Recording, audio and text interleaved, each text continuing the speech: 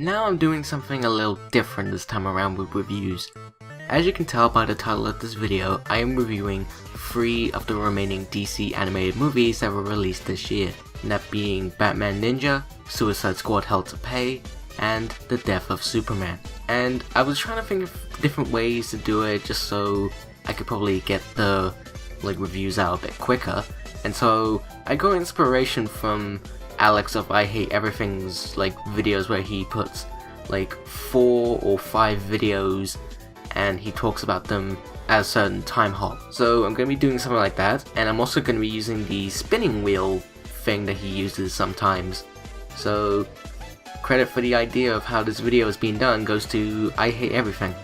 Okay, so let's take a look at what our first movie is going to be. Suicide Squad Hell to Pay.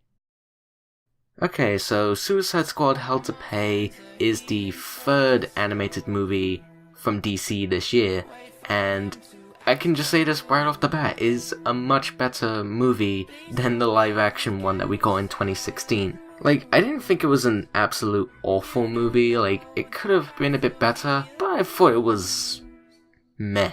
But this animated one is basically what the live action one should have been. So there you go, DC fans, you got yourself a good Suicide Squad movie. The basic point to the movie is that there's this magic card which can make you avoid hell and make you get straight to heaven. Apparently that's what it does, if you die and you got that card. Basically the main characters that we see in the Suicide Squad movie, and some of them are actually characters that are not even in the live action one, we get to see them basically making sure that the card is safe and the baddies that they have to go and stop don't get the card. The only characters I actually knew from this that are also in the live action one is Harley, Deadshot, the boomerang guy, I keep forgetting his name, and the lady that puts them all in control. I can't remember what her name is either. And of course there was even some other characters who were not even in the other Suicide Squad that I knew about, like that one Flash villain where he's yellow, and even Batman makes an appearance at one point. Yeah, the basic thing about the story is that it was actually a pretty alright story. It's not one of the most greatest stories ever made, of course, seeing as there are far better movies, but this one actually was much better. There is another Suicide Squad movie which is apparently centered around the Arkham games, but I've not played the Arkham games and I've not seen anything related to that movie. So yeah, you don't need to watch any other Suicide Squad movie just to watch this animated one. You could just watch this right off the bat and you're good to go. One thing I really noticed about this movie is that it gets all gory, there's a lot of blood in it, and I wasn't even expecting to see nudity. Then again, I didn't really realize what the age rating was, but I'm okay, I can watch it, I'm 18. I can watch any movie now. But yeah, there was so much action, there was so much blood, there was so much intense moments in this movie, and I really like that. I really like when we get animation combined with action, because my favorite genre in movies and even TV is action, and seeing it done in animation always makes me have a smile on my face, because like I said, I love action and I love animation, and I always like it when 2 of them are combined together. I always question the whole bit jittery, it stops at certain points, but I actually can see it now, because apparently that's a common thing with action, it makes it show how it's using action in their animation now, unlike how stuff like Batman the Animated Series used to do it. And now I actually find that alright. The music was really cool, it was action packed and everything, though there was some forgettable tracks here and there. Overall, I really enjoyed Suicide Squad Hell to Pay, and if they were to make another Suicide Squad movie that's animated, I would be interested. If you're a fan of Suicide Squad, you will love this, and as I kept saying before, if you want yourselves a good Suicide Squad movie, then this is where you're gonna be. You'll love it. Okay, let's go and see what the next movie is. Batman Ninja. So Batman Ninja was the second animated movie from DC to come out this year, and in case you're wondering, the first was Batman Gotham by Gaslight. Batman Ninja had me a bit interested with how it looked, but I wasn't sure story-wise. But then when I finally watched it, it was really good. Like, at the beginning of the movie, it just gets right to the point. The story to it is basically the Joker uses this device and has the help of other DC Batman villains, and it transports them and Batman to a different point in time and in China or Japan. Either way, it's not Gotham. And yeah, all that happens throughout the rest of it is Batman wanting to take down all the villains, having the help of people such as Catwoman and all the other Robins, and even Alfred helps out, and also trying to find a way to get back home. The story was really good. It's a bit simple, but the way they execute it in the final product is well done, and it has some really good writing in it. The characters were quite good, actually. Like the more interesting ones are the ones that aren't Batman, because like Batman, we already know his story because he's been in so many comic books, he's had his own games, he's even had his own cartoon series. There's a lot of stories focused around Batman, and it's good that not all the bits of the movie are centered around Batman, but it's centered around like Catwoman and even the Joker setting up his plans to take over the land and of course stop Batman. The animation is really amazing. Like, this is something I've never seen done with anime, which is like it looks like anime, but it's all CGI. That's something I'm really amazed by. Like, I've heard some people say like it was ugly, but I actually found it to be really well done. Like, the landscapes look beautiful, I like the character designs, all of that is just really well made, and sometimes it even changes animation style. Though there was one animation style that was a bit off-putting to me, but I'm guessing it's because it represents like normal culture kind of artwork, kind like how it looks. So I can get that, but when you compare it to like the other parts of the movie, it's a bit off-putting. I thought it was like a flashback scene at first, but then it was actually not. The music represents the culture of the land that they're in, and I really liked it. I even like the action-packed music that we get. It's all intense, and I love it. One interesting thing comes from the voice acting. Like, the person who voices the Joker, I can't remember who it was, but he does a pretty alright job. But there's one thing I have to say. Nobody can top Mark Hamill. If there was one that really surprised me was Roger Craig Smith as Batman.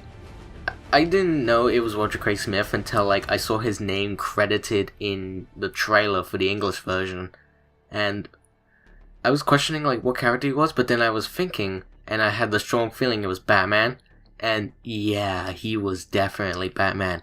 And I will say, he actually does a really good job voicing Batman in this movie. Though is he the definitive Batman? Not by a long shot. Overall, Batman Ninja is a really good movie.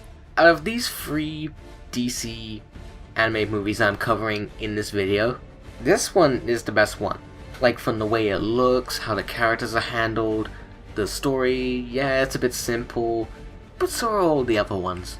I don't know if this is actually based on any other story that's already existing in the DC comics. I might have to look it up a bit more, but if it is, and coming off the person who has not read it, this is a really good movie. Like, if you want like an anime Batman kind of film, then this is your closest bet that you can get, unless they decide to make more of these, which I would be down for, actually. I would really like to see more movies with this kind of style, much like another movie that's coming out pretty soon. Wink wink. Okay, a final movie. I don't even need to use the wheel thing because there was only 3 choices and we've already looked at the wheel 2 times. So let's just get into our final film, being The Death of Superman. And I'm just gonna say it right at the bat. By the time you already read the title, you already know what the ending's gonna be. I mean, I won't say everything that happens in this movie, but yeah, it's a bit much putting the ending as the title. At least this movie does the death better than Batman v Superman, I guess. Now, I have not seen any of the other DC animated movies related to Superman other than this one. I will give them a watch at some point, but I just haven't got around to it yet. So the obvious point of the story is that this is the tale telling the death of Superman, the Man of Steel himself from Krypton, and how he dies to Doomsday. Throughout the movie there's things such as Lex Luthor looking for Doomsday, Wonder Woman trying to sort everything out with Superman and seeing how he can try and basically trying to tell Lois that Clark is Superman. And of course the whole relationship thing between Clark and Lois is a thing, and this movie does this whole thing well. I was not put off by anything from the story, because I knew what I was expecting. And yeah, it executes it well. Characters, yeah, some of them felt a bit unneeded, like Green Lantern and the Flash, and a tiny bit of Batman. I'd say the more important characters to note in this movie is Lex Luthor, Lois Lane, Superman, and Wonder Woman. Oh, and Doomsday as well.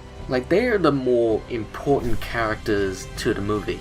I'm not saying the other characters that we have are bad or anything, but they sometimes just don't feel necessary to the plot. I'm guessing they were just there in the comics when they did this story, but when it's coming from someone who's not read the comics, I can say that maybe they probably put a bit more into them, or they just take them out of the plot entirely.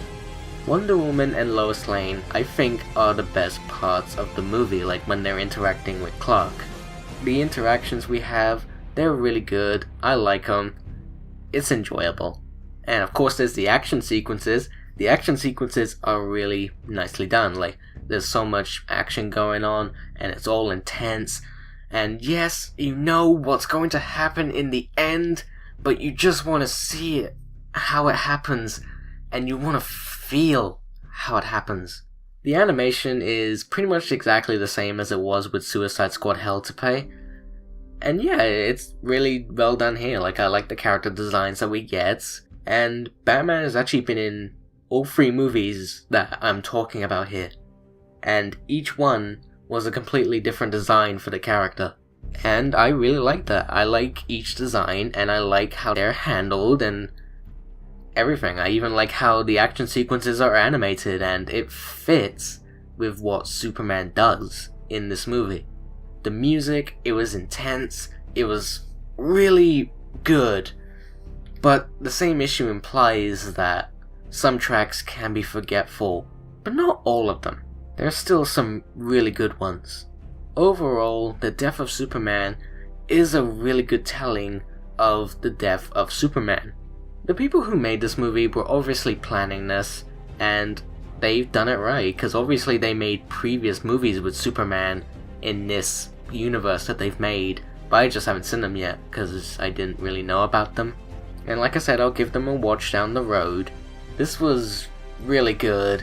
I highly recommend this to those who love Superman and DC and animated movies and superhero movies as a whole. So yeah, that's now all of the DC animated movies released in 2018. I'll probably be talking about these movies again at some point down the road, but you'll just have to wait and see for that. So, seeing as we still got a few movies left to review, I'm not going to move on to the next movie that I have ready, because I actually have a movie that's newly released that's actually coming out, because it's not actually released in the UK yet. It doesn't come out until the Friday, because UK release dates and release dates can be a pain sometimes, but it'll be worth it. So when it comes to the next review, My next review will be Ralph Breaks the Internet, Wreck-It Ralph 2. Until then, I'll see you all next time. Take care.